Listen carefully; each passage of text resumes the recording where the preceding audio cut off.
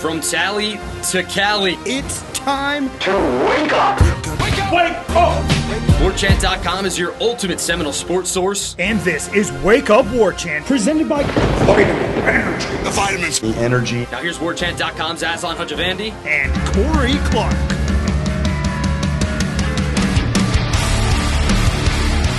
Wake up! It's Wake Up Warchant presented by Vitamin Energy. Coming up on today's show, a full wrap-up from Day 2 of ACC Spring Meetings in Amelia Island with Ira Schofel. Wake Up Warchant presented by Vitamin Energy, vitaminenergy.com. Shake it, take it.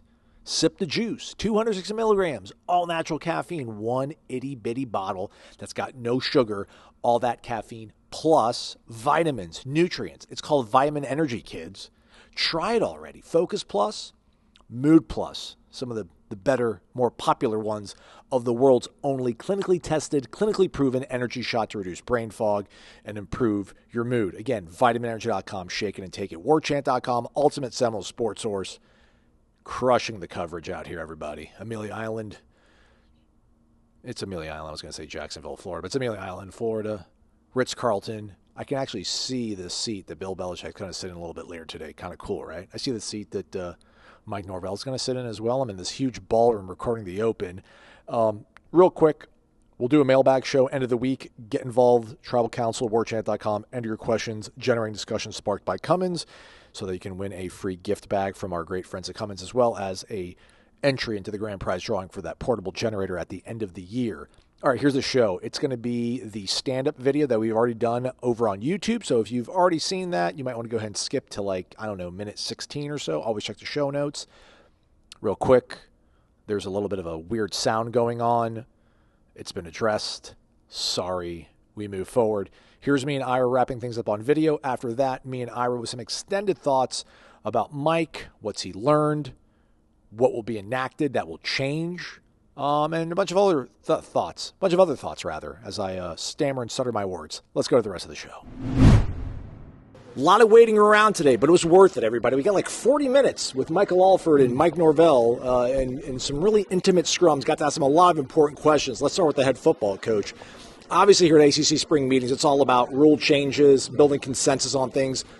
I don't think we got really a clear idea of what Mike Norvell thinks about things like the House settlement and revenue share, but we did get sort of his thoughts on this transfer window, which it sounds like there's some momentum building for maybe having it for one window as opposed to two. I'd like to see it just be in the summer. I feel like they have one window in the summer. Players are less likely to leave. Coaches are less likely to add them, because I'm not all about this free movement, but I'm in the minority. What does it sound like Mike Norvell and Mike Alford want to see from the transfer window? Yeah, I think the big thing is they just want one. Right now you have the December portal window, and then you have another one after spring practice.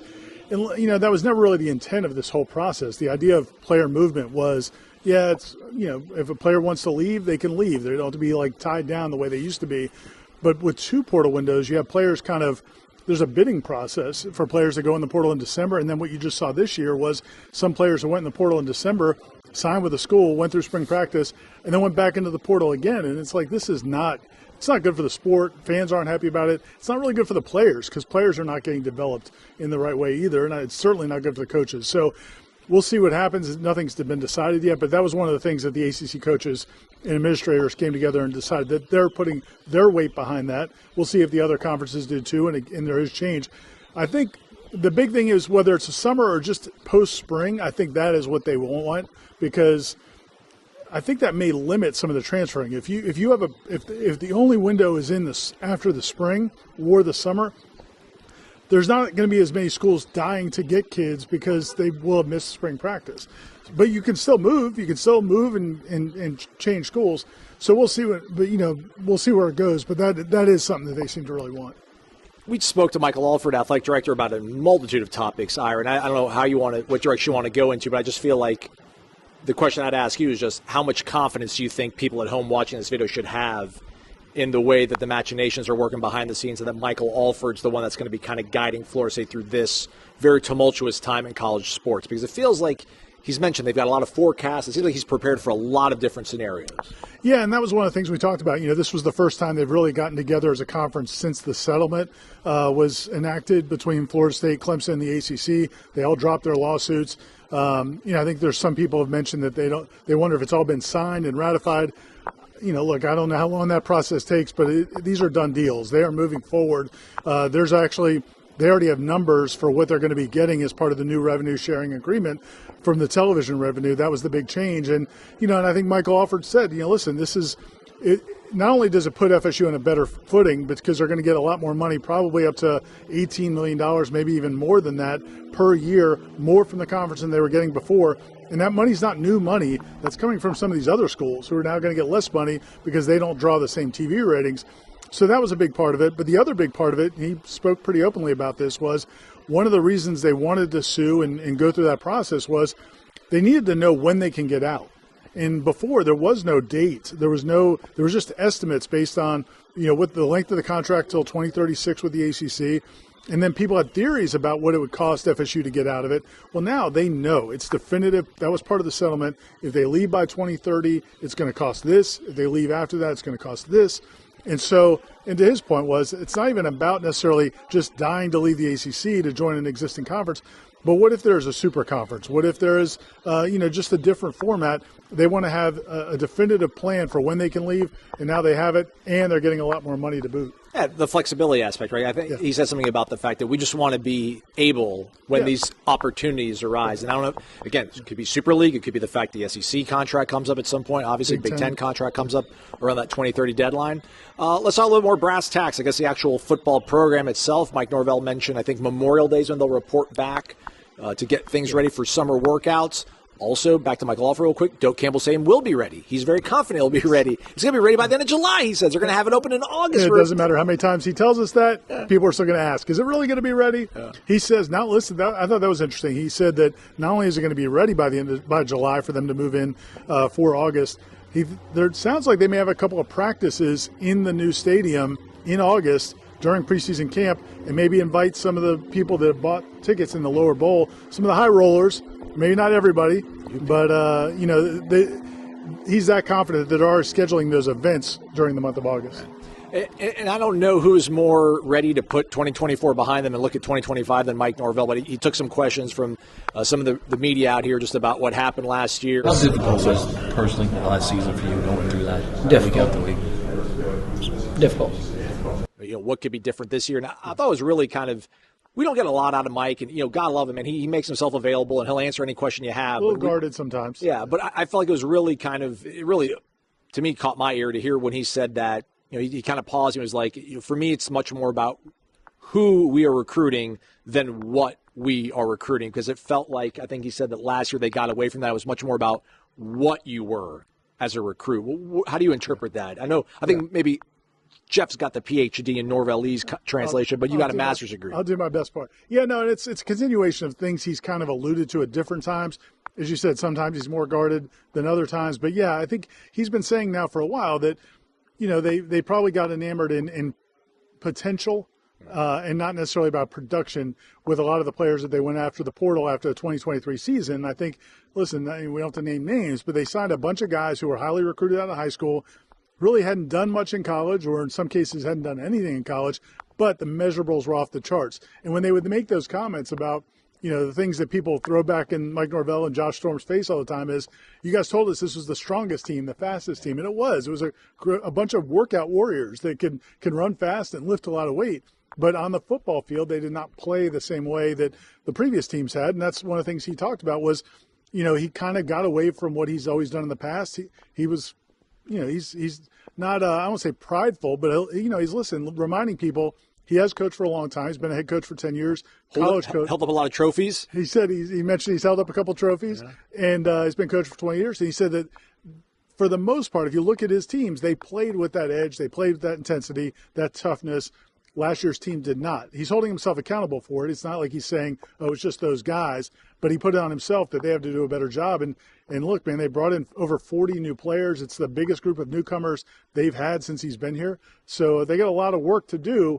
But, the idea that he's just throwing up his hands and maybe this year will be different, no, I think they did critically examine what they did.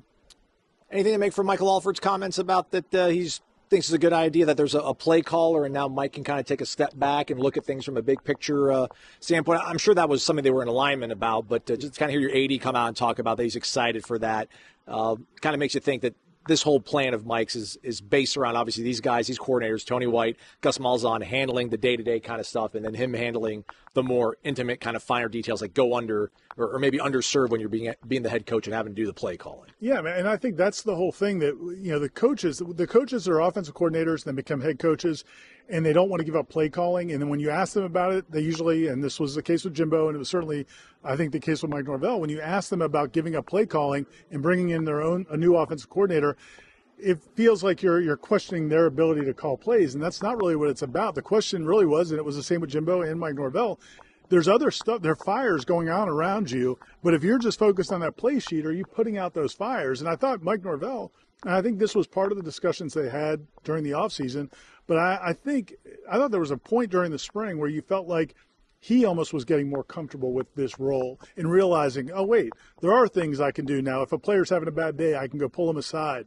Instead of having to go back and watch the offensive film, I can go have this heart-to-heart talk. So I think it's something that's grown on him, but I do think it's something that, Michael Alford and Mike Norvell were discussing all of this when they came up with the plan. It wasn't just about bringing in Gus Malzahn because he's a good play caller.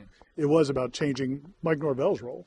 Everything mostly uplifting, positive. I don't want to say anything cynical, but my concern coming out of spring, Ira, it just seemed like so many of these important pieces they brought in, mainly your offensive line was kind of banged up. They didn't really have the ability to put all five guys they want to play alongside each other for long periods of the spring to figure out what they're going to do. And Mike talked about kind of trying to identify guys in certain segments. But we did hear that Jayson Jenkins, the touted defensive lineman they brought in from Tennessee, who apparently hurt himself during workouts, his status was a little bit iffy, but he sounds pretty confident on that. How much do you think Florida State was able to get done this spring, ideally, with their starting 22? And how much do you think it differs from maybe Alabama and the other teams that are going to be on their schedule? Yeah, I don't know, man. Like, it's not abnormal for veteran players to miss spring. I mean, that's something that a lot of times, going back historically, a lot of times your fourth and fifth year players or third year players sometimes will go get procedures done after a season, and they may not be available in the spring, but it's not a big deal because they've been in your system for that long. Who cares? It's fine if they miss some reps. The challenge here is you brought in a bunch of veterans, and now they're playing in a new system, new scheme. A couple of the guys that are going to be playing for Tony White on defense played in his system before. A couple of the guys on offense played for Gus Malzahn before. So there are those guys. But, there's a whole bunch of them. Even though they played years of college football, they maybe haven't played in these systems, in this scheme with these teammates. It's definitely not ideal, but I just think it's just going to be the nature of the game now when you're bringing in older players who have played years of college football. A lot of times they need procedures, and you're not going to do that before the fall. You're going to do it after the season, and that affects the spring. So it's definitely not ideal, but I'm guessing it's probably happening more often in other places. Now how many of them also bring in a new offensive coordinator and a new defensive coordinator to go with these new players?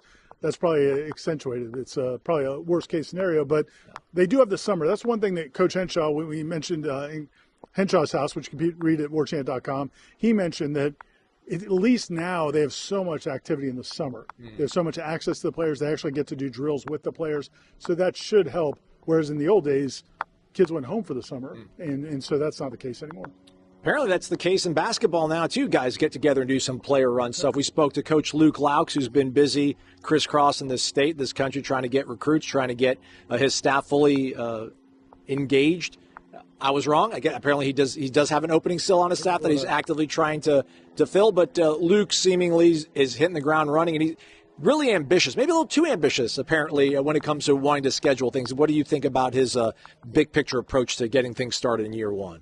Yeah, as you said, they did have one assistant coach that was hired, worked for about a month, and then got hired away by Tennessee. Not ideal, but Luke Loucks did have some really, I thought, good comments about that and how he was happy for this guy because he's from Tennessee, and it's obviously a great job with the Vols. But, the big topic I think right now for him is he spent, when he got hired the last couple months, so much of the emphasis has been on retaining a couple of the players that he wanted to retain, which they were able to do, A.J. Swinton and Alir Malouk, two really talented young players, and then bringing in a bunch of transfers. I think they have 8 transfers in. So you're at 10 players. You got to get to 13 or 14, and, we'll see how that goes over the next few weeks. But he's also been focusing lately on the schedule, as you said, and I think that I thought the way he talked about this schedule was interesting because, Leonard Hamilton didn't always schedule super aggressively when it came to the non-conference schedule. I mean, a lot of times he felt like the ACC was already a great league, and traditionally it was.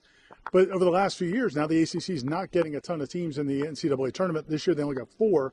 So an emphasis from the league has been on improving your non-conference schedule and then winning those games, because if you do that, it helps the entire conference. And so I think a lot of schools in the ACC were really focusing heavily on the ACC schedule, not playing a lot of great non-conference opponents, and then it killed him in the net ranking, which hurt him in the NCAA tournament. So Luke, I think, is very much in line with what the conference wants to do, schedule better opponents. I think, as you said, though, maybe he said he kind of went a little overboard. He was trying to schedule a bunch of top 10. All the Final Four. He wanted all the Final Four teams. Yeah, and he's already got Duke and Florida. They're coming. But he's also, he wanted Houston and Auburn, too, and we'll see how that plays out. It sounds like the schedule will be released in the next couple of weeks, or at least individual non-conference games. So we'll see how that plays out. But he said there's going to be some top 10, top 15 type teams on there, some neutral site games. Sounds like it's going to be a pretty exciting schedule. I'm sure Ira's got so much more to say. And we're going to save it for the Wake Up Warchant podcast. He's going to join us. It's going to be awesome, everybody. Corner Pocket Bar and Grill is over at 2475 Appalachia Parkway. It also resides on the internet at cptallybar.com if you want to check out the menu before you go. Their burgers are great. All their food is great. Their burgers are exceptional. Exceptional. I don't eat them enough, but they're really good. Also, real quick, Aslan, another thing that's been part of my rotation lately is their grouper tacos. Ooh. Really good. Is it real grouper? Is it real grouper? Yeah. It's real grouper. You kidding me? Nope. No expenses spared at Corner Pocket. It's, again, all of it's so much better than you're going to think. It's really good food. It is. That's why you should go and check it out, everybody. It's 2475 Appalachia Parkway. Put that in the GPS, and a good time will ensue. Corner Pocket Bar and Grill. All right, we're back. It's Wake Up Warchant presented by Vitamin Energy, vitaminenergy.com. Hope you enjoyed the stand-up video. This is part of the podcast. Extra thoughts, extracurriculars with Ira Schofel. Let's start with this, Ira. Also, by the way, everybody, we recognize there was a little pinging, knocking sound for the first 15 minutes of this podcast. It's been addressed. We'll be good moving forward, everybody. Sorry about that. Tommy Castellanos. I don't know if there's one single player that the season's riding on more than him, but what were your thoughts when Mike was talking about him, Mike Norvell, that is, on Tuesday, seemingly really kind of taken aback by just how much energy he brings to a room and how important that is for this team and this program right now? Yeah, I think that probably is, that and his legs are the two biggest things. It's not just the legs. The legs are a big thing. He is a playmaker. We've seen what he can do as a playmaker on the field. I think I'm sure they knew it to some degree because, I went back and read some stories about Tommy back when he was Thomas, coming out of high school over there in Waycross, Georgia. And his high school coach talked about that all the time, about he was a guy who just lit up the room when he walked in the locker room. Other guys just kind of changed their demeanor being around him. He's one of those guys that just, players want to gravitate towards. He's got some natural leadership abilities. And, and then so that is going to be I don't know that was like the main reason they brought him in, but I think that they've seen the impact of that. And listen, we know how that team lacked leadership last year. I mean, they just floundered when they got behind early in the season and lost a couple games. I mean, it seemed like they just had nobody to kind of push them through the adversity. And so that is something they needed. I don't know that that's why they got him, but I think that's 100% accurate from everything we're hearing from people around the program is he's just worked very hard to just, be a guy that the other players will rally around. And, so I think it's good that he recognizes that. But I'm sure when people listen to that, they're also thinking, okay, well, can he throw the football? Yeah. Can he not turn it over? And can we win some football games? Yeah, I guess that's what you want to hear about your quarterback. The leadership thing, obviously great, but you want to hear about them throwing the ball all over the place. That's not really his game, though, or people – what would you say to people that are like hoping that he's going to build off what he did as a pocket passer under Bill O'Brien in 1 year at BC? That's got to be like the wrong way to look at this, no? Yeah, I'm going back and forth on it. On the one hand, he did, from a touchdown to interception ratio, he greatly improved. I think he was around 500, 12 to 13 or 13 to 12 touchdowns, interceptions his first year as a starter. And then last year went to, I think, 18 and 5. And that's huge. That's awesome. But you also, you need to be efficient. You need to be productive. And, his QBR was not good last year. And obviously Bill O'Brien wasn't thrilled with the job he was doing because he got benched and then he ended up leaving the team. But I think, the question is, does Florida State need him to go back to being what he was 2 years ago, where he's just, being Houdini out there trying to make big plays, but then you get maybe some turnovers, maybe you have some bad things happen also, or can they find a happy medium? And I think that's the question. I think Bill O'Brien was trying to turn him into a true pocket quarterback, let the offense be the offense, and you just, make the reads that are there because the offense is so good. I don't think that Tommy, that's what he brings to it. It's not you're taking around hole. Yeah, you're taking away his strengths by putting him in that system. But you also don't want to go back to where it was 2 years ago, where it's just Tommy running around and let's see what happens. So I do think that they're trying to find some middle ground, and I think that's still incomplete. I don't think they know for sure. I mean, from what we heard in practice, and even the scrimmage we were at, I thought the one scrimmage that was open, I thought a lot of the quick timing passes where it's just part of that offense, just get the ball out quick, get it in your playmaker's hands, running some tempo. I thought he looked accurate doing that and comfortable doing that and knew where to go. I thought, that was one of our takeaways that day was he seemed to really know where everybody was supposed to be on the field. We didn't see him throw the ball downfield a whole lot. And when he did, one of them was picked off. But they didn't have the receivers, they didn't have their offensive line. So that's the point you keep making, and you made earlier when we were doing the video, that it's hard. I don't know. It's got to be hard for them to gauge exactly what he is because they haven't seen him with all those pieces around him. I hate to go back and ask about last year and why they did what they did, and there's a litany of questions if this is going to be like one of the top 10 questions. But the leadership component of what Tommy is. What could have made Mike think that last year's offense had, to have DJ be your quarterback, like that was going to be the right piece because everything else around him, who was going to be the leader in that sort of setup, Remember, makes you wonder. Well, there were a couple times where it felt like players were trying. I think there was a point, I don't know if it was in the spring or in preseason camp, it might have been preseason camp, where we were talking about Darius Washington trying to be more vocal, and I think Maurice Smith maybe trying to be more vocal. So I feel like my guess is they went to those guys and different players, Lawrence Toafili and maybe even a Hakeem Williams or just Destin Hill. It's just guys who have been in the program for a couple of years, and asked them to be those guys, and it just never happened. None of them felt comfortable doing it. And, I think Norvell makes a good point all the time that, other coaches make it also, that, being a leader doesn't necessarily mean being give the big speech. But it is, having the conviction to believe in what the coaches are telling you to do, believe in your teammates, inspiring your teammates, all those things. And that team, they just didn't have it. And, I'd like to see it come from your quarterback, and DJ certainly wasn't, that kind of personality. But there are other teams that win. One of the things that Kes McCorvey used to say when we were talking about this in years past, Kes McCorvey would say that, Charlie Ward never said anything. He was not a leader, and he never said anything. He'd call the play, they'd go run the play. But I think when you watch Charlie Ward play, he inspired them by the way he played. And so I think DJ was kind of 0 for 2. Not all his fault, but he really brought neither side of it. Yeah, the reason I ask that is because one of the last questions, if you watch the full video of the interview with Norvell, was 25 minutes like that. I think the last question on there was just about the level of leadership they had in 23 and they didn't have it last year. How do you try to figure it out this time around? He talked about Jordan. He's like, you build leaders.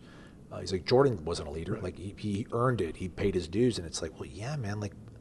But do you have enough time to, is it going to be how crucial is it going to be once they hit Memorial Day, or maybe even before Memorial Day when they're doing some player run stuff, and then they come to Jacksonville, they come back out to this area, and they go to UNF. How crucial is all that going to be for him to establish and try to expedite the things that Jordan Travis did over the course of 3 years to happen now? And I think in Jordan's case, that definitely was true, 100%. And that's the thing. When people would bring up the fact that Jordan Travis didn't play earlier in his career, and that even Mike Norvell brought in Mackenzie Milton and all this, that was not the Jordan Travis, not as a player, not as a leader, not as anything. He totally changed into a totally different person over those last couple of years. But I think going back to something we talked about, I think we talked about it in the video. If not, I'm sure we'll talk about it here. But his comments about identifying the right players. I think part of that is that. I mean, I think part of it is, Luke Pettibone, the center. I think Deuce Robinson. I think Squirrel White to some degree. I think they're embracing now Roydell Williams is more of a leader. I think probably James Williams on the defensive line. I think the DB that Jeremiah Wilson. Yeah. I think you're looking at his personality. I'm not saying that it was the number one thing they looked for, but I do feel like they brought in a bunch of guys who have more of that spirit. And last year they didn't. And that's not a knock all those guys, but also those guys never had success. I don't know if Marvin Jones could have come into Florida State with a ton of confidence and like leadership swag when he really hadn't done a whole lot at Georgia. I don't know if, Jalen Brown could have. I mean, Malik Benson tried to. Jermaine Johnson did it. Jermaine Johnson definitely but did he it. was ready. I mean, he was his money year and everything, right. I guess. And he also came into a program that was so low that he was clear that he stood out. So I don't know. I mean, I think they tried to identify it in the recruiting process, the portal process better this time, and we'll see what happens. Is Gavin Sawchuck maybe like Exhibit A of that? The who and the what? I mean, mentioned that he's known the high school coach of Sawchuck for forever, and that he might be one of the better human beings that he's ever had as a high school coach. It's like to combine both those things, the productivity, but also the person. Sawchuck sounds like that's kind of the billing. Yeah, and I didn't even know that about him. I mean, I knew they recruited him, and then they got eliminated. Like, he didn't even take an official visit here, but they were in it early, and now I know why, because I always thought it was weird. Why are you going to Colorado to get a running back? But he did have that relationship with the high school coach, and that's what he said was that, not just a good player, home run hitter, but, one of the hardest workers on the team, just great kid, great worker, and man, you need more than that. Now, that's not enough, and, there were guys on that team last year that I think were great kids, Lawrence Tofili. There are other guys on that team. They went and volunteered up at Charles High School over the summer, right? Oh, really? Camp, right? Yeah. Ben Spicer, shout out Ben right. Spicer up there hanging out. But so I don't think those kids are bad kids. So you need you want some character, you want talent, but I do think that team definitely lacked leadership. And again, Castellanos, it'll be interesting to see though, because he's got that big personality, right? The key will be, what if things don't go well, and if he gets frustrated, how does he handle it? Because that was one thing I thought Jordan had to learn. There were times when Jordan would get frustrated, and it's like, dude, you can't be that anymore. You don't have the right, right, I guess, to get emotional and upset. I think that was the NC State game on the road that they lost, where he got very frustrated on the sideline. He wasn't even looking at Norvell, and I feel like that was like a big moment a teaching moment, like, look, man, you cannot be doing that. And so I don't know, is Castellanos also, he's never really played in games that matter. I mean, if you think about it, they were always the underdog, probably every game they played, just about. And so now he'll be in games with real stakes, and where it's not just a cool story if they win, but people are demanding them to win. So how does he handle that? And then how does he handle the tough moments? And then, how does that affect the rest of the team? What about their season opener versus top 10 Florida State in Doak Campbell Stadium? Tommy Castellanos and the Eagles coming into town. Didn't seem like it had that, Do you believe Mike Norvell when he said he likes what he has in his running back room? And then when he got Gavin Sawchuck? So specifically what we're saying is that he liked it before he had a Gavin Sawchuck. I think he likes them for what they can do. But clearly he didn't love the totality of the room, or, even if you thought Gavin Sawchuck was just a great human being, whatever, you wouldn't take him. So, and I think it was smart for him to say that, because I've wondered, they got him so late and it was after the portal closed. So, you wonder what the relationships are right now. Or Roydell Williams is a senior, Keziah Holmes is a senior, Jalen Lucas is a junior. Are those guys asking, hey, man, what's going on here? Yeah, like the exit interview, do you think Mike was like, hey, listen, I love what you guys did this spring, but if somebody's out there, like, we might bring another person to this room. I just can't imagine. I don't think he would ever lie about something, but I can't imagine he saw that, but he would have to have anticipated, like, I don't like this, and told the guys, like, hey, man, like, we're gonna do everything we can to make this room better. I know they did it with some positions. I do know that. I do know that there was conversations in the wide receiver room specifically, from what I heard, that we're not happy with where we are right now, and we are going to go look to get somebody else. So I think, I do think that there's, but even when he spoke at the, when was the last time he spoke? He spoke at the end of the spring, when they came back after the break. Right. He talked to us, and I can't remember if the portal was still open then or not, but he made a comment there because I think Chris Nee asked him specifically, are there circumstances where you would go get a running back? And he said, we're happy with the room, but if it's the right fit, we in the spirit of competition, I remember him specifically saying, in the name of competition, we're always going to look to get better. Yeah. So he may have told them that in that way, just because we didn't get anybody yet doesn't mean we won't. So. All right, two quick things. Little deal, big deal. Jayson Jenkins maybe being ahead of schedule. I've totally wrote him off almost. Like he's not going to be available or really close to ready. But if he's something close to what he was last year, that definitely helps out your interior on defense. Yeah, you hope. The hope is that the reason they didn't go get another defensive lineman in this late window was because they feel good about it. Mm-hmm. And he did sound positive about it. He did, he wouldn't give a timetable. He said they still don't know exactly when he'll be available, but he did say that it seems like it's trending in the right direction, maybe ahead of schedule.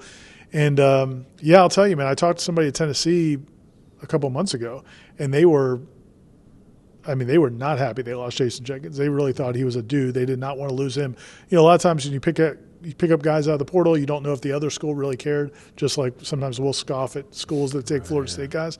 But they really did not want to lose him. So, that would be a huge deal. And maybe it might explain why they didn't go as hard as some people want them to. Any other closing thoughts? The business of college football, the business of college sports, anything else football-related from Mike Norvell you want to? No, I just thought that, the stuff from Alford I thought was good about, and we talked about it in the video, but, I do think I think they're in a good place. I think Florida State's in a good place right now. And I like that he confirmed the $18 million number because that was a number we had heard back when the settlement was reached. I think ESPN, somebody put out it was going to be like 14 or 15 million, and I was hearing 18 million, and Michael Alford basically confirmed that. That's a lot of money. $18 million extra a year really does put you close to, it's not – and then if you do have success on the field, that doesn't include the success initiative. If they do well in the success initiative, they can get even more money. And so now, that gap doesn't – it's not going to close the gap, but you already had a gap, even before the numbers have gotten crazy. So maybe it gets you back to where you were in 2013. Where it's just a manageable gap.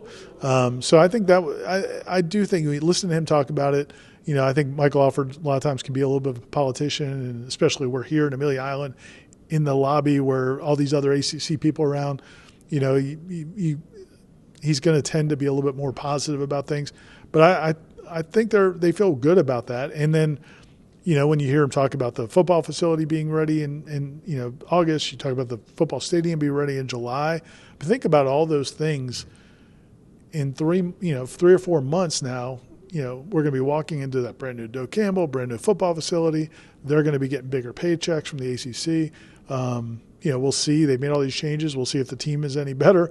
None of it matters if that's not. But you can see a scenario where everybody's outlook in a few months could be a lot different than it was, 6-7 months ago. I lied. Last question. Is this a loser's mentality? I'm not saying stay in the ACC, but 2 auto bids in a 14 or 16 team playoff versus being in the Big Ten, you guys get 4, so you get double that, and there's some at-large, but you're also competing with, Penn State, Michigan, Ohio State, Oregon, SEC, obviously Texas, Georgia, LSU, Alabama.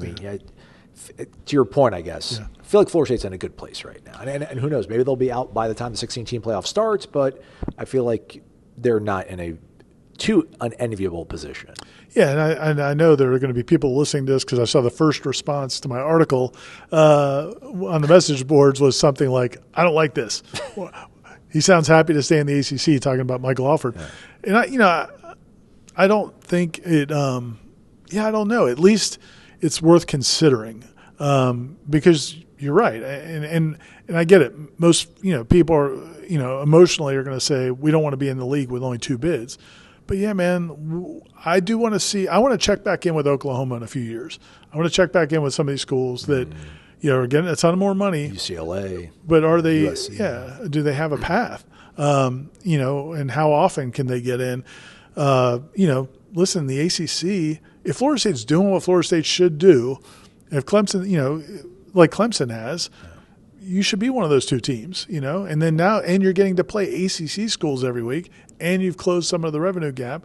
So, you can at least make a case where that's not a terrible solution. I'm sure people are throwing their phones at the door right now as I say this, but it's at least palatable. Because who knows what the options are going to be otherwise, So, I could see it being palatable. On the flip side of it, it may be a totally, everything may be completely different, and where there's no point in being the ACC. The one thing I would say though is, if a scenario plays out where in 2 years or 3 years or 4 years, whatever it is, that Florida State and Clemson were to leave, and say North Carolina leaves, well, the ACC is going to be a 0-bid league or 1-bid. Yeah. So those other conferences are going to get even more.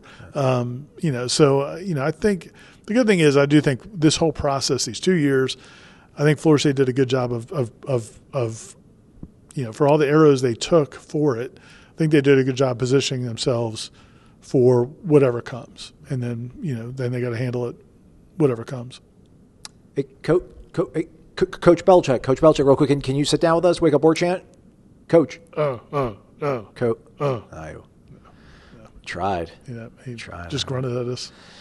All right, so Wednesday, Commissioners Forum, what do we call it? We're going to get to speak to Jim Phillips, and I guess we can ask him about the whole playoff situation, what he's going to do about it. Yeah, I thought one other little sneaky comment, not sly comment, I should have followed up with him, with Michael Alford afterwards, but when I read back the quote, it hit me a little bit more. But I think it was in response to your question about, this topic and fighting for the ACC.